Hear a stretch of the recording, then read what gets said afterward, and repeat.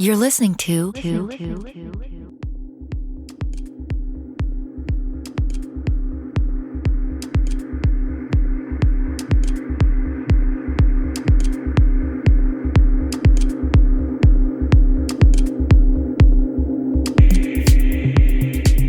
Hello everyone, this is Mombo. Welcome to Mixsenz. We have a very special guest from Belgium today. We will know more about his career and his project after listening to the first tracks. Starting with Harmony from Robert R. Hardy, followed by the Italian DJ and producer Christian Monique and his track Orbit, released in Crafted Underground.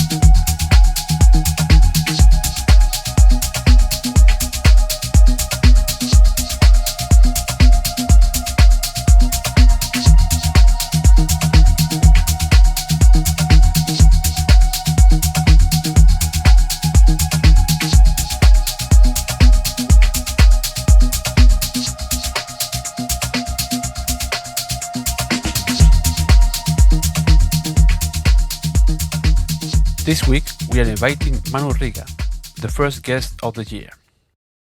Manu is a very well known progressive producer in the underground scene.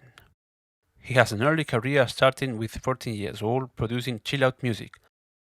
But he wasn't in the dance music till 2005 when he released his first house single Good Feeling with Dr. Cucho. He realized later that progressive was his really nature style in the dance music. He signed then with the Belgian label Bonsai Music, now Bonsai Progressive. This step brings him a long career of productions and collaborations, producing with Sid Inc., Fifi, and George B, among others. Even though his main focus is the electronic music, he still produced chill out under his alias Twins in Mind, releasing a second album beginning last year. And last but not least, he is the label owner of Besta Records, label focused on quality music and giving home to hidden gems producers. Hello Manu, how are you? Hello, Pablo. Well, I'm fine, thank you. Trying to survive the quarantine. Yeah, that's it. It's like it was a bit crazy the last.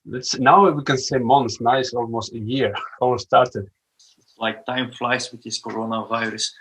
Indeed, it was like we thought, okay, 3 months, then 2 weeks, and 2 weeks, then the government said 2 weeks, and then another 2 weeks, and at some point, like, okay, it's summer.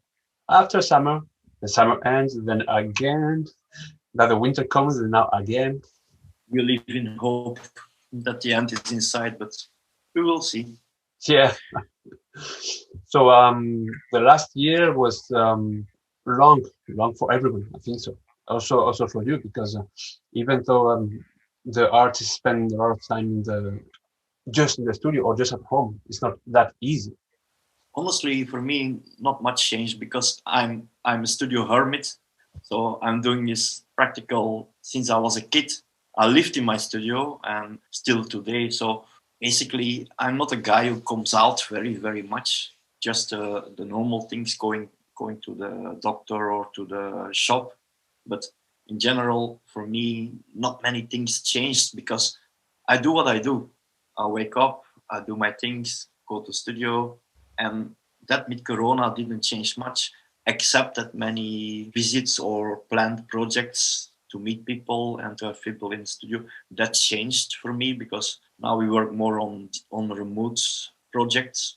But honestly, the impact of the coronavirus on on my work is very little, luckily. Okay, so in your case, it's just a bit less than before. Let's say nothing, as you say, nothing changes. Just probably not opportunity. If someone calls you to play, there is no party, there is no going out. But the day to day, let's say one from Monday to Friday, is the same thing for you. Then. Only the only difference is people know that I'm very ill, so I need to be careful with who I meet.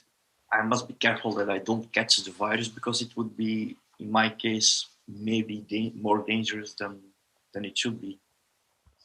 Okay, so then in your case, as you say, we can say more creative, more your side, because as you told that what changed for you is less collaborations because you cannot meet people.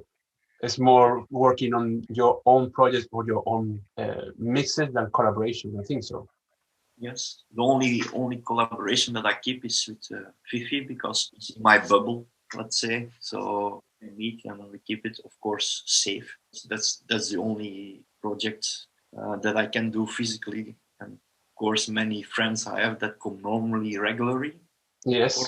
Working on music, that is gone. And yeah, that I miss. I think everyone missed something in his life on this moment. I think we all need to have sacrifices on this moment. Yeah, indeed. When it helps the world, we should do it all, you know. Yeah, it's true. I mean, we are social. So at some point, what we miss more than going out is people. Because going out, I mean, okay, but it's meeting people. In normal life, everyone is on social media anyway. So when you go out, you're all on the phones, they're all watching Facebook and showing where they are. So basically, I don't really think people should be more lonely than before because we still have technology. We have all mobile options to meet and see friends. So yes, videos and Skype. Yeah, it's true. It's true that if this happened for 10 years ago, it would be harder for more people. because using the phone is okay, but not seeing the face or not used to social interaction is a bit more Yes. complicated at that time, probably. If it was 50 years ago, yeah, then probably there was no technology. Then we should all write letters. Yeah, true, true. I mean, it's not that so bad to come back to that. Why not? I mean, we have more time because we are not. I mean, at least here in Belgium, everything is closed except now the shops they open because I mean it was Christmas and now the sales, but all the shops here are closed, so we have more time to do things that in normal life we couldn't do. So probably come back to write letters would be a nice point. Well, in every negative situation, there are positive things, and I think we always need to see the positive things in life, because it's a very negative world outside. Yeah, and it's true that there's always negative things, so it's better focus on the positive even in this situation, so then you can keep going. Yes. Okay, you were talking before starting the conversation that you were working with a Spanish producer, right? This is how my career in dance music started. So basically, I started out long time ago. Till 2005, I was doing nothing else than chill out music, cinematic music, and I was not really into dance. I didn't like it, or let's say I was not listening to anything else concerning dance music than what you hear on the radio, and that didn't appeal to me.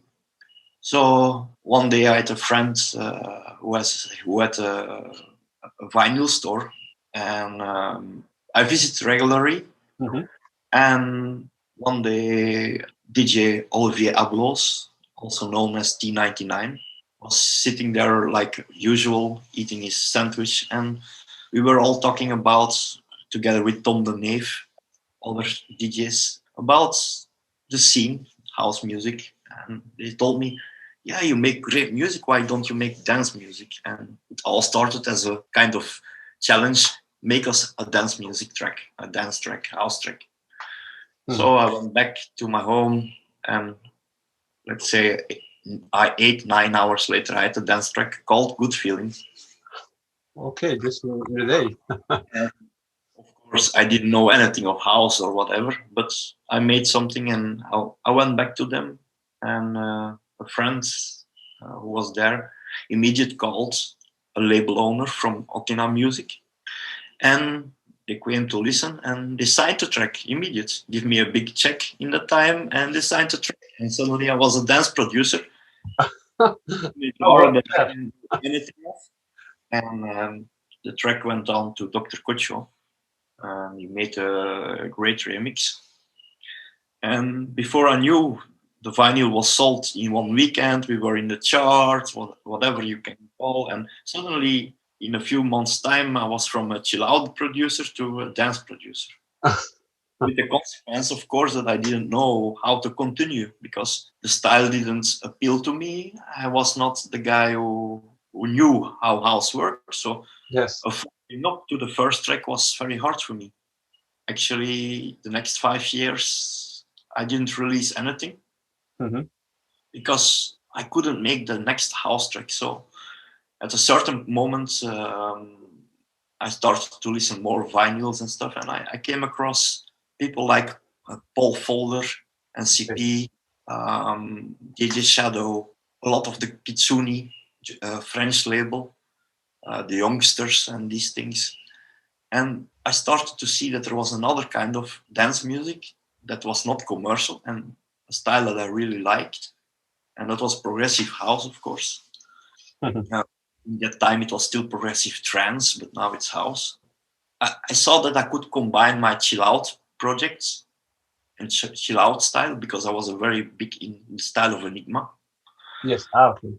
And I had a project Twins in mind, which was running well. But I saw I could combine basically dance beats with this kind of music. For that, I started to make tracks, and I got signed with Bonsai in 2010, and I got an exclusive contract till now, till 2020, 21. A lot happened in these times. So you happened. So like you were a chill out producer, Yes. let's say from one day to another, you became a house producer. Let's say a bit famous because your record was sold quickly and for a good producer in Spain. And then you signed also for a good label in trance, in progressive. Okay, Yes. like And you're not going the middle step. You go directly to the good one. That's good. the thing was, I was, of course, not a guy that was ambitious to get a career. You know, I had my career. I made a lot of library music for documentaries and stuff. Mhm. Okay. So I started music when I was 12. So I was basically off the radar till late in my 20s, and then something changed. Of course, then I came in dance music, and my first track that was signed with Bonsai. I still had the idea of Bonsai like they were in the 90s. You know. Yes. Uh, Style trance, and of course I had a choice to send it to Bedrock or Bonsai, and both had a reply, but I chose for the Belgium label, you know. uh, Okay. Okay. well, I think I released for sure more than 100 remixes with them, much more I guess, an album and several many EPs, so I've not standing still the last 10 years. Yes. Also a lot of collaboration, so a lot of good things came out of the whole adventure, you know. Yes, of course. It's great.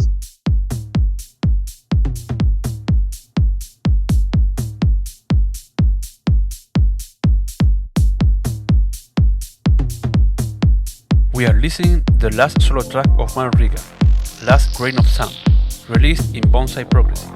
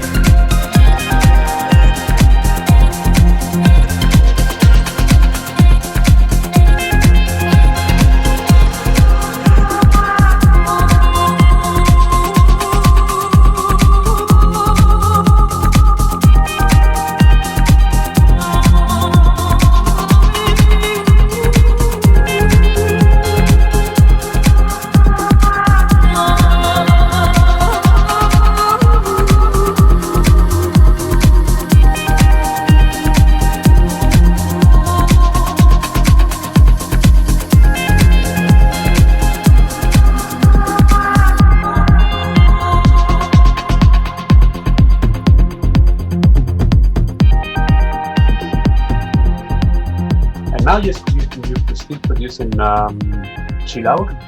Yes, I've just Twins in Mind. We released an album in 2012 on Bonsai Elementals, which went really well. Fans really loved it because it's that typical Enigma sound from the early mid-90s. Yes. It took 7 years. People keep asking me to make a second album, but I had so much work with Manu Riga project, and it never came from it. And last year, in the start of January, I said, okay, I'm ill, so I don't know what life will bring for me in the future. Will I still be able to make music? I said I need to fulfill my promise to the fans and make a second album. That's a good point. Yeah, that's nice. And it took me a good part of the year to make a second album, which I released in own management. So I could give the people what they asked. That was a physical CD. Yes, nice. So I did everything in own management to get the physical CD out. And the feedback is superb. So I hope I will be able to make a third album in less than 7 years. But less than 7 years, yeah. Not waiting, at least not waiting 7 years for another one. Mm-hmm. Well, it also depends on your feelings, because sometimes you are focusing on one side, as you say, in a progressive side, and you are not feeling, or you are not in the mood probably to what you were doing before. It's just like, and now you say, okay, now I think that it's the time to do the album. The thing is, and that's very true what you say, and not many people understand, but when you make something like Twins in Mind, which is a combination of religion, sexuality, mystery, and have this all vibes and moods, which is mystic mood and some way dark, it's hard to step from dance music and say, okay, let's make 2 hours Twins in Mind. It's not possible. You need to wake up and really be in the mood to make this kind of music. And when I'm inside this kind of music, it's hard for me to switch back to the other. So okay, I really need to plan my work and say, okay, now I will have a period of time that I will work only on Twins in Mind or on Manu Riga. And I can be honestly, I can say it's mentally fatiguing for deep diving in your minds, because you really need to go deep for this kind of music, and not to have cheap music, not to have a copy of Enigma or whatever, but to really have music with a context and music with a message. And also, Twins in Mind often has collaborations with singers, with vocalists. yes. In this album, not so much, but sometimes also with instrumentalists. People who play a certain instrument, like a flute, Chinese flute or whatever. Yeah.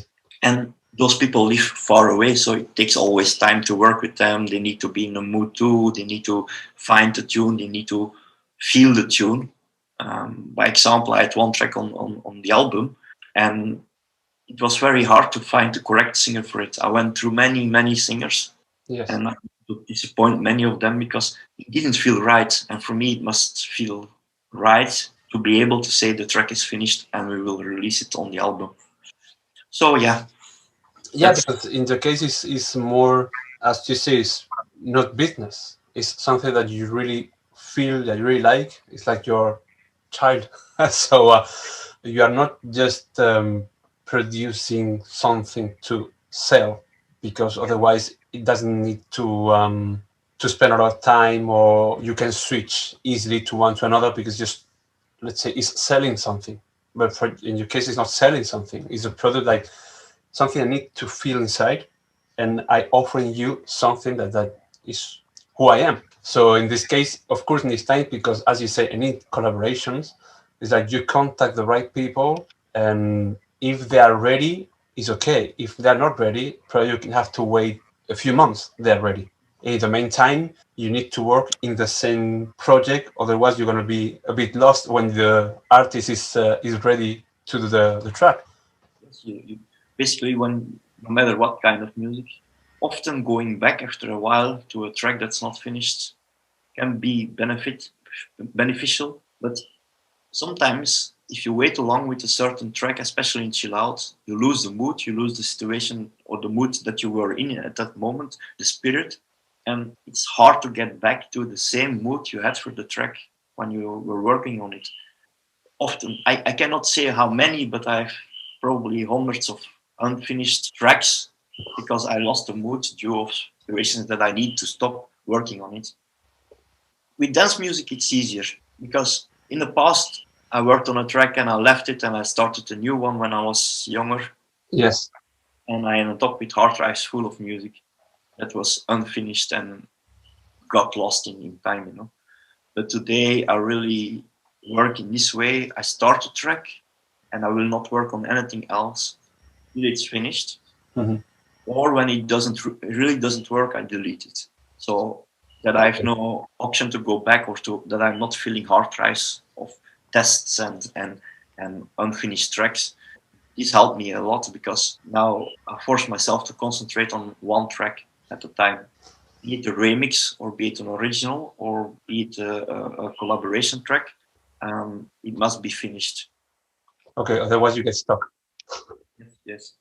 It's true. It's true. Well, in my case, I'm starting, so it's true that I start the project I want to finish, but as I'm new in the production, I get stuck easily. Let's say, so I have different. Okay, I cannot. I start another one. This one is okay, nice, but something is missing. Okay, I start another one. Probably is normal in the beginning. Beginners, it's especially for a beginner, it's like that, you know, because you always think I will start a new track and this will be easier. You need to learn to go through that point where things are hard, you know, and learn to understand that things, when it doesn't work, don't try working on it, change something or export the project in parts and see it as a remix, start to remix your own work. Often very good ideas got lost because people cannot continue and they stop with it, you know. And yes, the only thing that really helped for me in that time was to approach my own work as a remix. I exported the parts of the old project. Okay.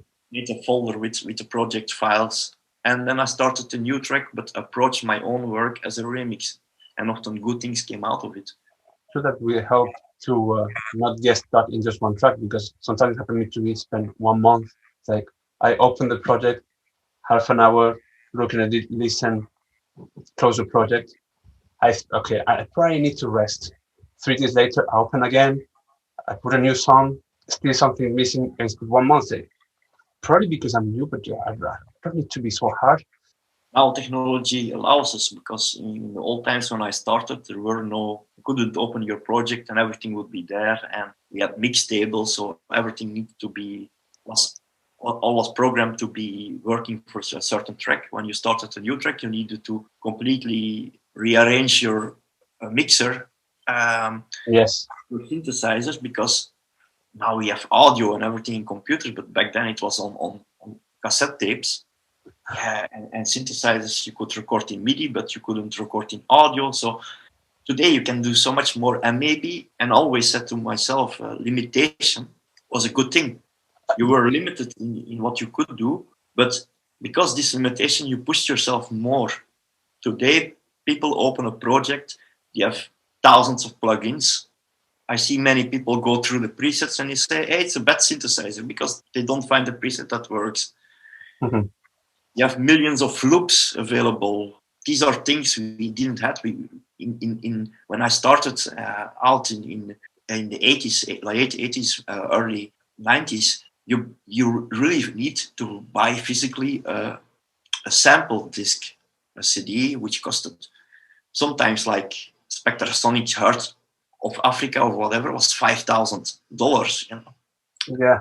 Oh.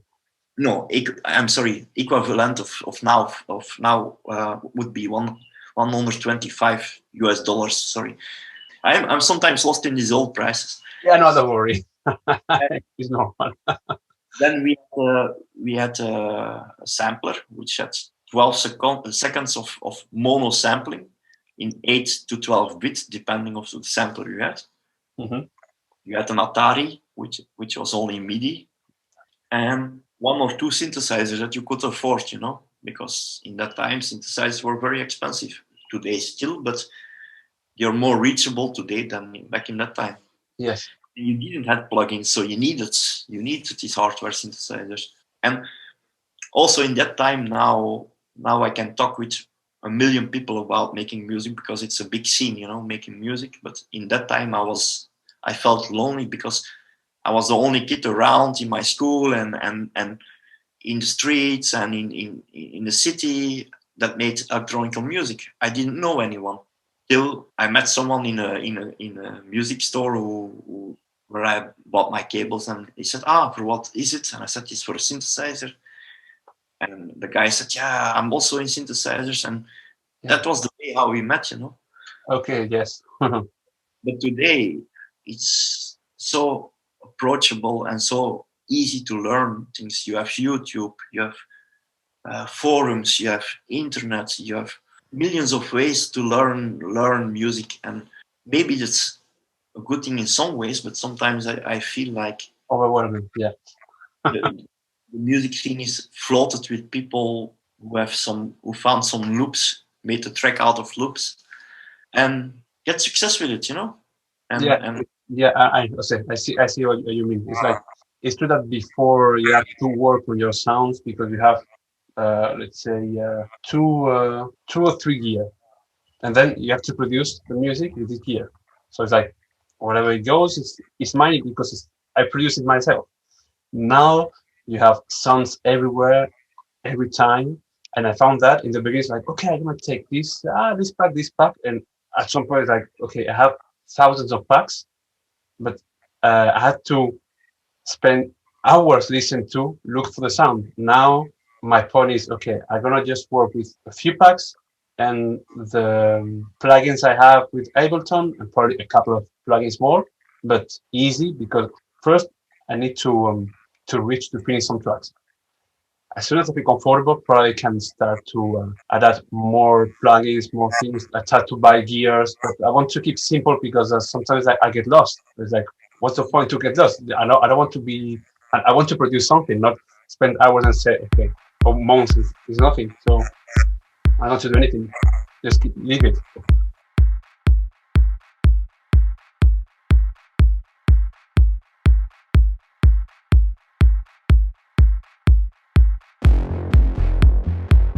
Another track from Manu Riga, Shame, extract from the EP Trying Harder, and listed with vocal John M.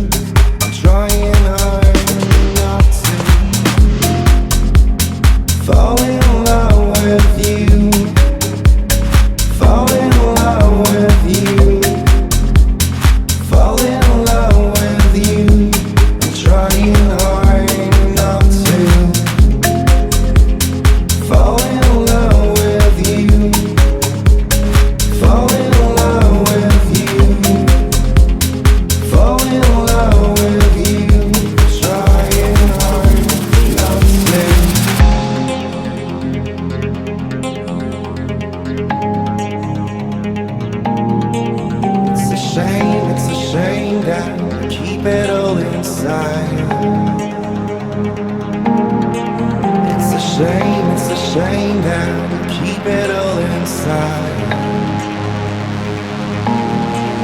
It's a shame that you keep it all inside.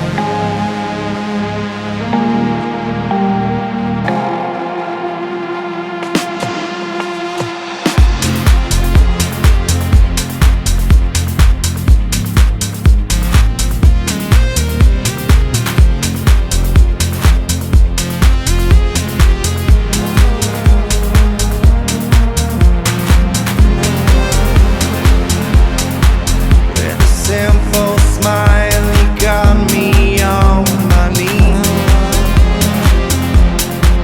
Baby, you're so fine, you know I can take it.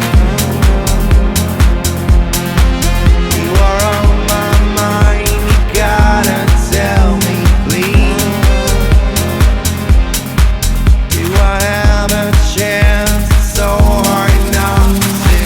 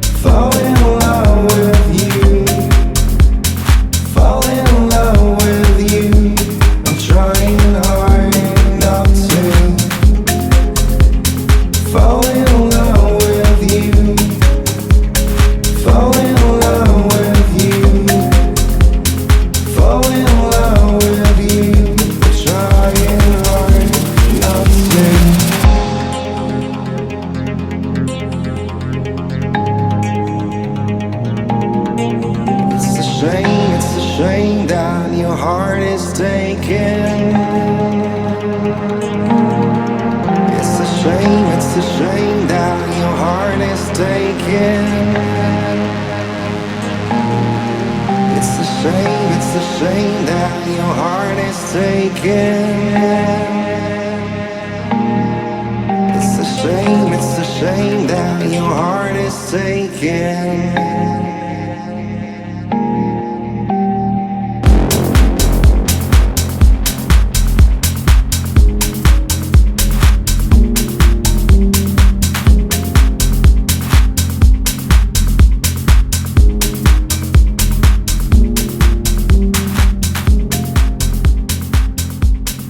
I'm quite old school, I think, because I still like my hardware, and I like plugins too. I use both worlds, so I'm not a purist like many people are in the world. You have the guys who say pure analog only, and no plugins are bad, and other guys say, yeah, we do all in the box. Actually, for me, it doesn't matter. The results, that is what matters for me. But it's true, today you can buy a €300 laptop, go on cracked sites and download 1,000 cracked plugins and be a world star. It happened with people like Avicii, who was starting out and he's caught with piracy plugins. But this guy, many guys became famous this way. So doesn't say they don't have talent. That I didn't say. I mean, just the it's easier to approach music today than it ever was. Because every Apple PC is delivered with garage bands, and it's incredible when I think back to the old days and today. It's so everyone start to make music today, and when you enjoy, it's a good thing, you know. But sadly, another side from the medallion is the guys who do it for a living. Music became a kind of junk food, you know. Because when you have two, it's true that At some point, it get stress, and the stress doesn't help for anything. Well, it reminds me when I started to play. I started to play in vinyls, and as you said before, there were few people uh, with the production. My case was the same. I met a lot of people when I go to the shops, buy vinyls in the section of DJ. Otherwise, I was 16 when I started playing, and in my school, no one was playing. Then I met a guy in the shop, and then we're friends, and then we meet other people, and then started a community, and we were to going out to parties. But in the group, just two of us were playing. Now you can find a group of 10, and eight of them are playing because it's easier. You know, you have everything in your computer, and just a simple everything's easier than before. So it's true that you can go and play, and before was no, I need to grab my bag of 10, 20 kilos of vinyls. It's not that easy. Well, that's something I don't miss. No, no. Me neither. To break my back today, you take your USB stick and you're off, but in that day you need. Well, the good thing was when you bought 10 vinyls, they were expensive. You knew the tracks from start to end. You knew them. You played the disc till it was broken, but you knew your tracks. Today you buy 20, 30 tracks on Beatport, and you play them the next day. But you remember the time when with vinyl, we play it, but we know every second of the track because True. we couldn't afford to buy 30, 40 vinyls every week. So I remember the day I had a remix of Silence by Delirium. Wow. Yes. Everywhere you came, you need to play it because it was so hot to play it. And I remember to go through 2 or 3 vinyls because they were out after a while, And I miss maybe the special feeling you had then when you played with vinyl. But on the other side, I think technology is better now. We take USB stick with other tracks and we are off. Sadly, this gives also DJs the option to pre-record their set and play a pre-recorded set, like we see often with. I mean, if what you say now is that you have easy to produce, means you have more music, more people who just produce easy music, then they have the opportunity to find a lot of gems too. Yes. The one side, the other side is like if you are just a DJ, before you know you're gonna have probably 1,000 new tracks every week.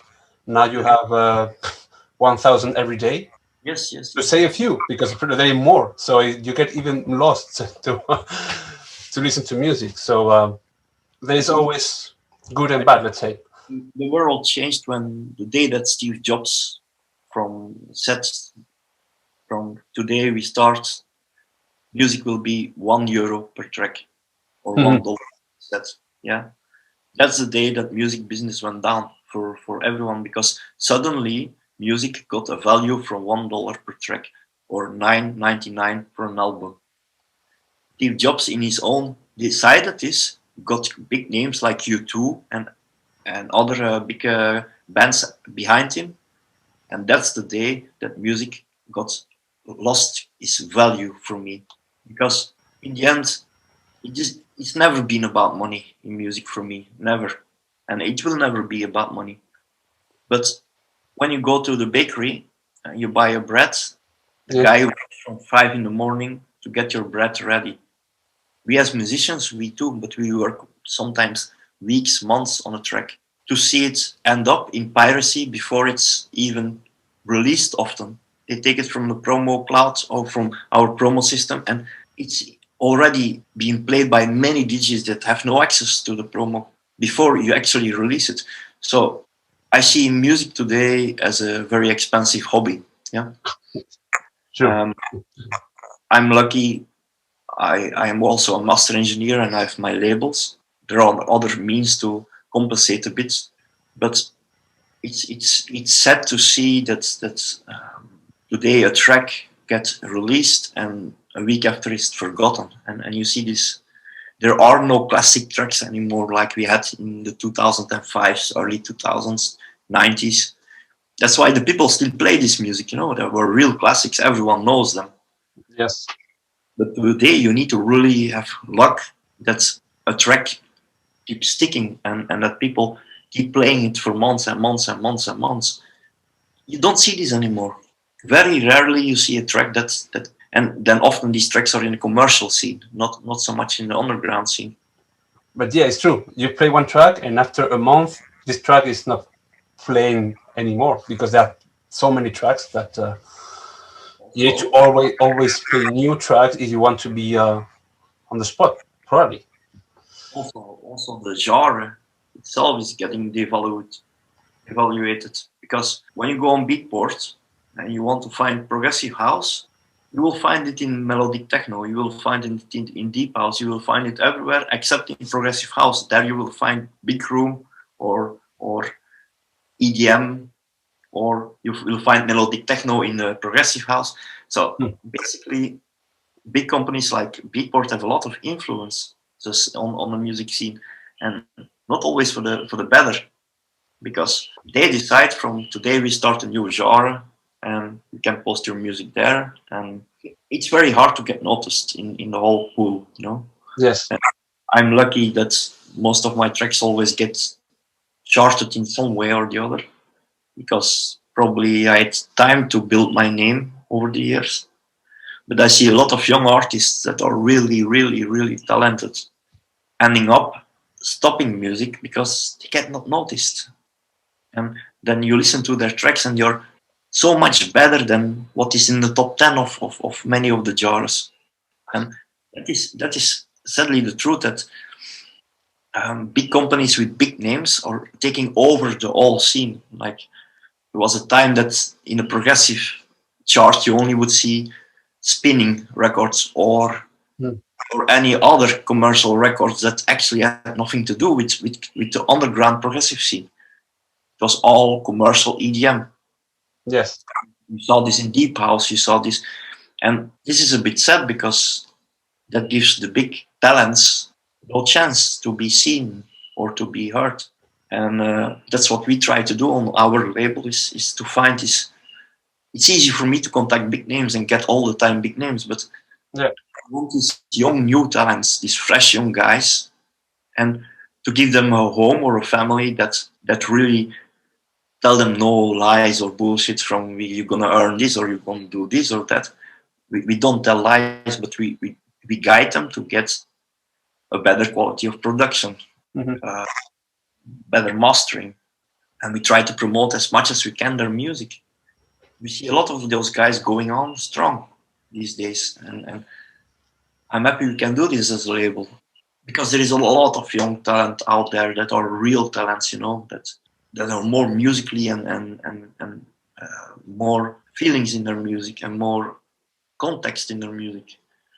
Like I say, we often get demos that, well, maybe 90% of all demos we get are really those guys that just bought a laptop and start music and don't know what they are doing. Yeah. Yes. We always answer them friendly and we give them advice. We don't say stop music, just try this or that. We try to answer everyone. But there is like a small percentage of guys that never anyone heard of, sounding like the big stars already. And that's the guys we are searching for, the rough diamonds. And luckily there are many out there, and we are glad when we find them.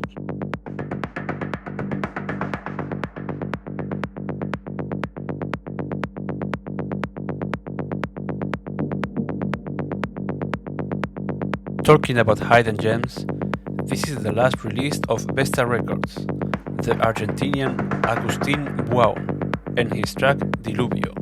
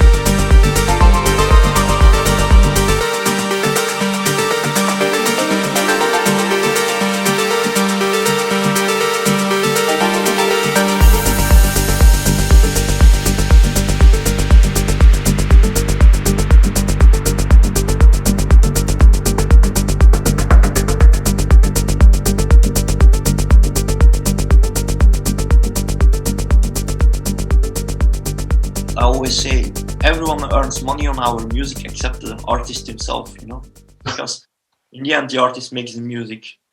Labels don't take as much money as in the past, so they earn equally and they put a lot of work also. But in this chain, the master engineer earns money.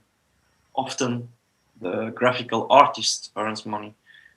Then the DJ who plays the music earns much more money than the artist himself.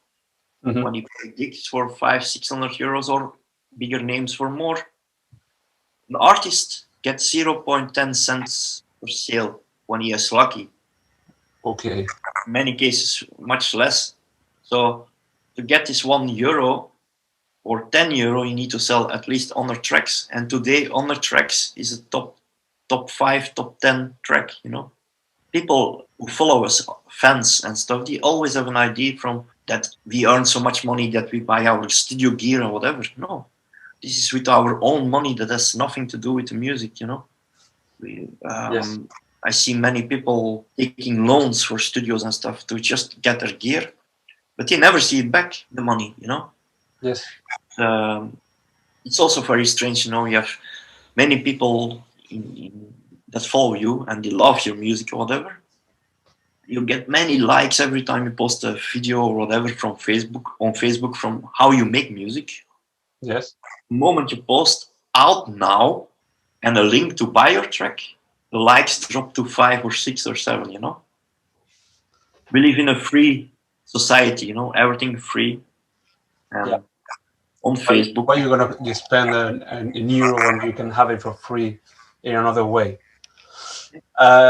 It's true, and it's a pity, but because of, as you said before, that the track cost €1. Before, I remember when a vinyl cost it could be just one side or original and 1 or 2 remixes, but it was the same price, at 6 to 10 euros, let's say.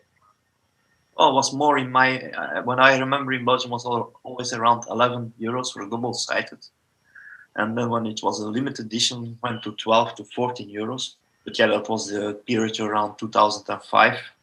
Depends also where you went. When you went to Music Man or to Yellow Cap here in the neighborhood, Okay. or to Cruise or whatever. Yeah, it always depended. Today also, but today you pay €1.99 for a track or something, but people think that artists get this money. I say from the €1.99 or something, you get 10 cents. Yeah. Also the label, distribution gets their share, but in the end, I'm very sure that more than 60% sticks on the shop's hands, like on Beatport or whatever. So to be honest, I think our future is streaming. We see actually that most of our income from a label comes from Spotify and the likes like Spotify, Google Music. Okay. Streaming sites is actually where people or artists still can get money from, Yes. And gigs, of course. But as we know, with the pandemic, that's not possible. True. We can keep making music, but a DJ that doesn't make music, is on this moment, he has nothing to do. It's no parties, and you're not allowed to do it on Facebook because they mute the sounds. So basically, you're depending that on YouTube or Mixcloud, for example, or Mixcloud or SoundCloud is the only option. And there are so thousands and thousands of DJs that make the same, so it's hard to get noticed in a bunch. I know. It's I saw big names in the summer when the pandemic was actually on its highest. Yes. They were streaming and maybe 10, 20 people were watching because there were so many from these artists that were streaming that they were all, then there, then there. But yeah, it's not the same, It's not the same like in a club where you have thousands or more people dancing and interacting with you, Even if there are less, even if there are just 100 people because you're in a small place, of course it's going to be better than 1,000 online. But well, let's hope that things come close to normal. We'll see. Future will change, so we'll see. Let's see that, when everyone is vaccinated, which is, in my opinion, very important that everyone does it, because then you don't have a problem anymore in the long run. I wish that everyone stays home, everyone does do what he needs to do, and then we can party soon again. We will party soon again. I think, and I hope, around summer, it's gonna start again. Everything. Yes, in the summer we're gonna party. In the summer we're gonna party. That's a good idea. Perfect. And I know you're preparing new project for the future, right? Yes, well, basically we are working now together, me and Fifi. We started like 2 years ago with a collaboration as Manu Riga and Fifi.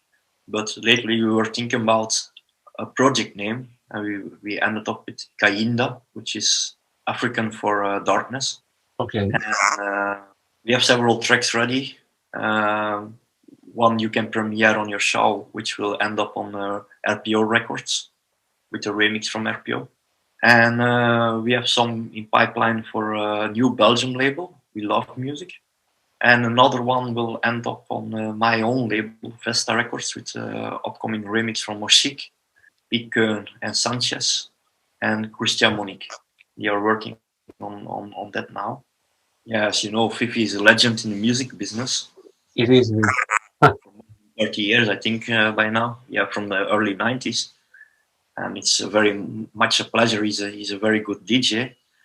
And he's not so technical, so I'm the technical guy in the studio, and he helps especially with guiding how a track should work as a DJ. And okay. Some of the best collaborations I ever had, because we feel each other, you know. And Okay. I think, and I hope that Kayinda will be a project that will have a long run in the music business, and that we have a long time going with that project. So much to come to the way of the fans, much music. Yes, that sounds great. So then, good luck with that. Thank you, Manu. It was a really nice conversation. It was great to have you for the podcast. First guest of the year. Thank you for having me, and of course, always my pleasure. Yeah, it was an honor having you and telling your stories and how was it before and how it's now. And it's really interesting. It's good for everyone to know how things are evolving. Only that nobody gives up hoping, and that all the young artists with talent keep pushing, and that's very important. Don't give up. Don't think about money, but think about getting your music out there and getting listened by people who appreciate it. And that's what we all should do. Just make music and make other people happy. You know? That's amazing. Then the rest will come. Perfect. Thank you for being with us. And we'll be in touch. Yes, we will be in touch, and we will meet each other in the summer on a party, as we said. Yeah, hope so. We'll be meet physically, because now everyone is at their home. Stay at home, safe, be careful, and as soon as everything is gone, we can meet again and party again. Yes, all wear a mask, stay home, wash your hands, stay away from illegal parties, and we can soon continue with our lives like it was before Corona. Yes, that's it. Thank you, Manu. So, man, thank you. Bye. Bye.